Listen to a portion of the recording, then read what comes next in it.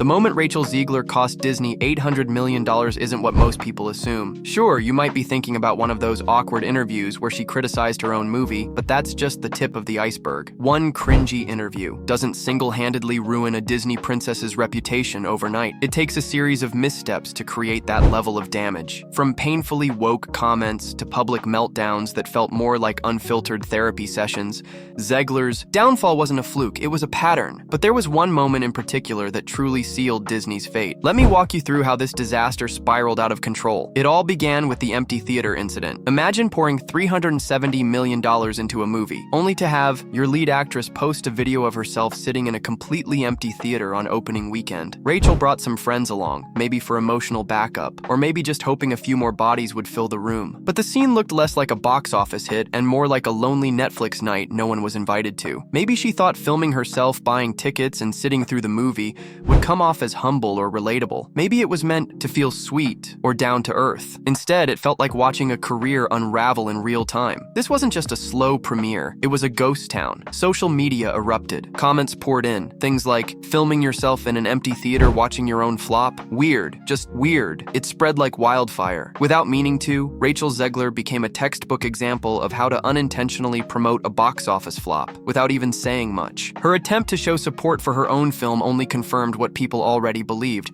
No one was watching Snow White. That's not just bad PR, that's box office poison. And then came the now infamous "people will wait in line to see me" rant. Months before Snow White ever hit theaters, Rachel posted a video proudly stating that fans always line up to see her at every premiere she attends. Cue the awkward laughter, because when the film finally dropped, not only were people not lining up, some were literally walking out. That quote didn't just resurface, it exploded. It got pulled straight from the archives and splashed across every meme page online, instantly becoming the unofficial slogan for the flop. At that point, people began to realize Rachel might have been drinking a little too much of her own Kool-Aid. Confidence is great when you're crushing it, but when your movie's being roasted by critics and audiences would rather binge The Office again than watch your film, that kind of bravado hits differently. Disney had high hopes. They saw Rachel as the breakout Gen Z star who could lead the next generation of their franchise. But when you kick off with "people will line up to see me," and your premiere looks like a fire drill at an abandoned mall, you've got a full-blown PR disaster brewing. Now let's rewind to one of the earliest red flags, that cringeworthy red carpet interview. Picture it, Rachel Zegler, dressed to the nines for the press tour, steps up and casually drops a quote that basically takes a swing at Disney's entire legacy. Instead of hyping Snow White as a magical reimagining of a timeless classic,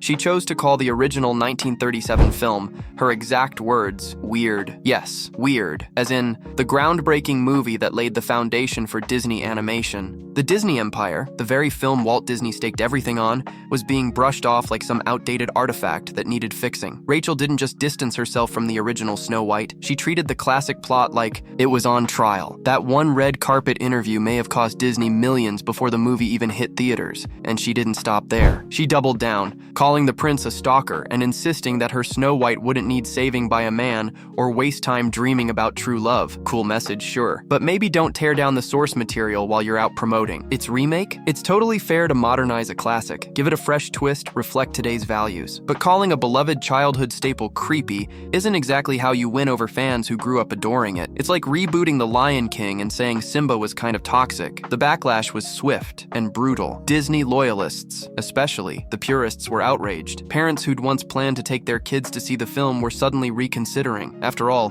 why support a movie when the star seems to despise the very story they cherished? But that PR nightmare was just the beginning. What happened next truly pushed things over the edge. Rachel's now infamous "don't watch if you don't agree with me" moment took everything from bad to career-threatening. She didn't just critique the original film, she took aim at the audience. As the online criticism mounted, Rachel clapped back with comments that basically said, "If you don't share my values or politics, don't watch my movie." Let that sink in for a moment. You're the lead actress in a family-friendly Disney movie that cost hundreds of millions to produce. Your job, literally, is to promote this film to the broadest audience possible. And instead, you're actively telling potential viewers to stay home. This wasn't just a controversy anymore. It had turned into a full-blown career crisis. The second you tell half your potential audience, "don't bother watching," you're essentially slapping your own marketing team in the face. Some fans defended her, saying she was standing up for her beliefs, and sure, on a personal level, good for her. But professionally, maybe not the best move. Disney desperately needed needed every single ticket sold to recoup its massive investment. Every viewer counted, every family mattered, but to Rachel, it seemed like voicing her political views meant more than ensuring the film's success. And that leads to one question. Was standing her ground really worth jeopardizing Disney's $370 million gamble? Then came the weird Cold War with Gal Gadot, because nothing says Disney magic quite like your two leading ladies throwing subtle jabs at each other during a press tour. Reports began to surface that Rachel and Gal, who played the evil queen, weren't exactly bonding behind the scenes. The tension reportedly started off camera, but soon spilled into the spotlight. Things took a turn when Rachel posted a heartfelt thank you to her castmates online and completely left Gal out of it. No tag, no mention, just a glaring omission everyone noticed. And it didn't stop there. Rachel later made a strange comment, calling Gal a pageant queen, but not in a sweet or funny way. It came off more passive-aggressive than playful. Gal's team wasn't thrilled, understandably. Rumors swirled that Disney even had to boost Gal's personal security because Rachel's remarks had led to a spike in online threats. Let that sink in. Extra security because of drama on a Snow White set. This wasn't turning into a magical fairy tale.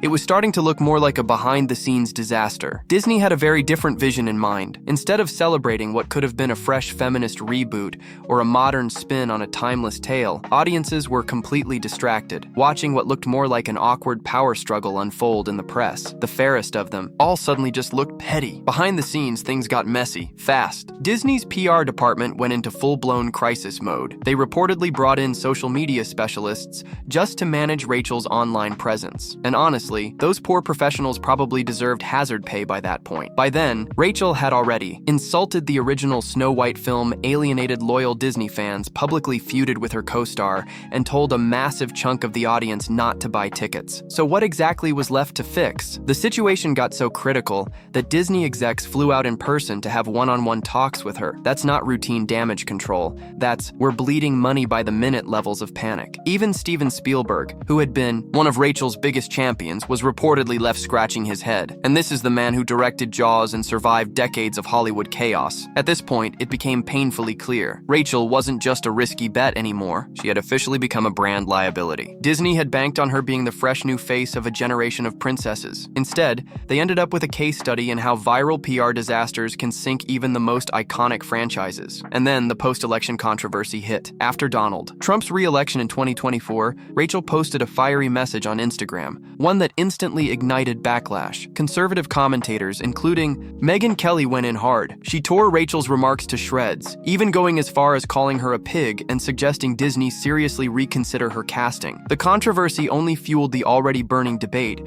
over whether Rachel had ever been the right fit for Snow White to begin with. Eventually, realizing she may have crossed a line, Rachel issued an apology. But by that point, the damage was done. The fallout was swift and brutal. After Snow White, Rachel practically disappeared into what felt like Hollywood's Bermuda Triangle. Projects that once proudly featured her name started vanishing one by one. She was reportedly cast in Toy Story 5, Cut, rumored to lead a new Pirates of the Caribbean reboot, gone. A horror trilogy with Blumhouse, poof, not a trace. It's not that Rachel lacks talent. She clearly has screen presence and vocal chops, the kind that landed her major roles in the first place. But what studios value more than talent is reliability, and Rachel had become a walking PR storm. No one wanted to roll the dice on someone who brought more controversy than excitement. The message from Hollywood was loud and clear. Until you learn to cool it and stop tanking your own films, we're out. And then came the final nail in the coffin. Snow White, once poised to be Disney's next big fairy tale hit, had officially turned into meme fuel. This wasn't just a film that underperformed, it became a punchline. Across TikTok, viral videos mocked empty theaters. On Twitter, seat maps with seas of blue dots representing unsold tickets went viral. Reddit threads dissected the disaster in real time. And the review scores? So bad, they looked like typos. Rachel Zegler had gone from rising star to cautionary tale at lightning speed. What was supposed to be a triumphant reimagining of Disney's very first princess turned into a full-blown documentary-worthy saga, a masterclass in how not to launch a blockbuster. This wasn't just a movie. It was Disney's identity crisis, wrapped in a glittery dress and shot in 4K. The toxic cocktail of politics, ego clashes, and broken storytelling reportedly cost Disney an estimated $800 million in total losses, when accounting for production costs, marketing, and the opportunity cost of tying up valuable resources and iconic IP. Industry insiders now refer to Snow White as a textbook case of casting misalignment, not because Rachel lacked the talent, but because from the very beginning she seemed fundamentally at odds with what the project stood for. The irony didn't go unnoticed. Snow White, the tale of the fairest of them all, had become a reflection of Hollywood's ugliest habits, prioritizing political posturing over emotional storytelling, confusing controversy with cultural relevance, and forgetting that even in the streaming age, people still have to want to watch your movie. Disney's panic was real. Executives reportedly held emergency meetings to dissect what went wrong. The consensus? They had handed the keys to their most iconic princess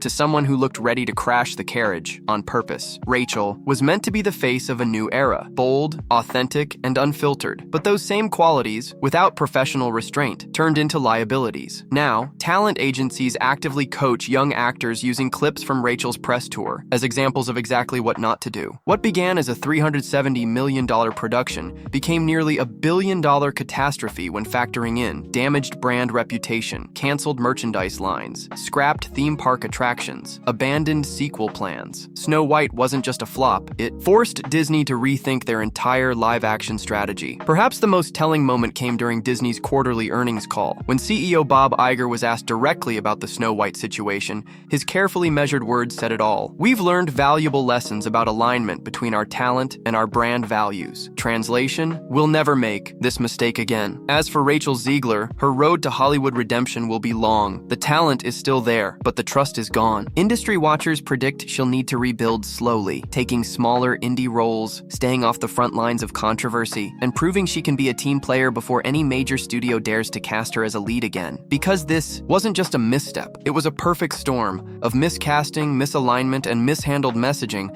that cost one of the most powerful entertainment companies on earth nearly $1 billion.